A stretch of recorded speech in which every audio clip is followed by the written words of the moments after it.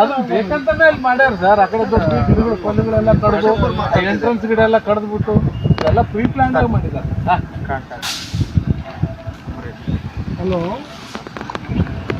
ನಮಸ್ಕಾರ.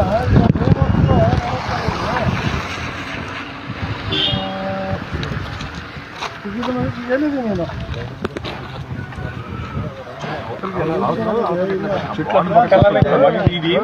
డ్రైన్ కట్టేయండి అని కదా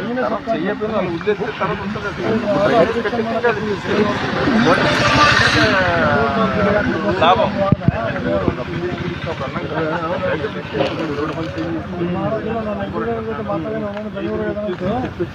నేను ಒಂದು ದಿವಸ ಆಡೋ ನಿಂದಿಸ್ಬಿಡಿ ಕೆಲಸ ಇದೆ.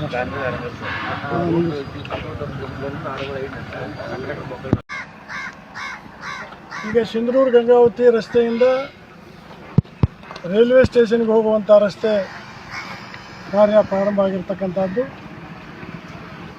ಆದರೆ ಈ ರಸ್ತೆ ಕಾರ್ಯವನ್ನು ನಾವು ನೋಡಿದಾಗ ಇತ್ತು ಡ್ರೈನ್ ಅಂದರೆ ಡ್ರೈನ್ ಒಳಗೊಂಡು 36 ಫೀಟ್ಗೆ ಸಿಗಿರ್ತಕ್ಕಂಥದ್ದು. ಇನ್ನೂ 23 ಫೀಟ್ ಐತೆ ಹೊರಗಡೆ. 23 ಫೀಟ 24 ಫೀಟು ಆ ಕಡೆ ಜಾಗ ಬಿಟ್ಟಿರ್ತಕ್ಕಂಥದ್ದು.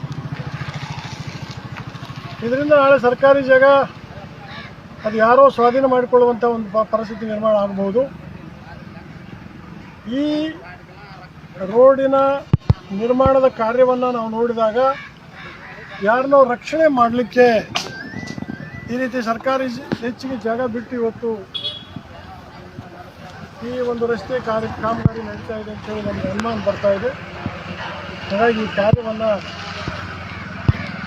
ಸದ್ಯಕ್ಕೆ ನಿಲ್ಲಿಸಬೇಕು ಅಂಥೇಳಿ ನಾನು ಈ ನೀರಾವರಿ ಇಲಾಖೆಯ ಎಕ್ಸಿಕ್ಯೂಟಿವ್ ಇಂಜಿನಿಯರ್ ಆಗಿರ್ಬೋದು ಮತ್ತು ಅಸಿಸ್ಟೆಂಟ್ ಎಕ್ಸಿಕ್ಯೂಟಿವ್ ಇಂಜಿನಿಯರ್ ಆಗಿರ್ಬೋದು ಅವ್ರು ಈವರೆಗೂ ಕೂಡ ಈ ಮೂಲಕ ಗಮನ ಸೆಳೆಯಲಿಕ್ಕೆ ಬಯಸ್ತಾ ಇದ್ದೇನೆ.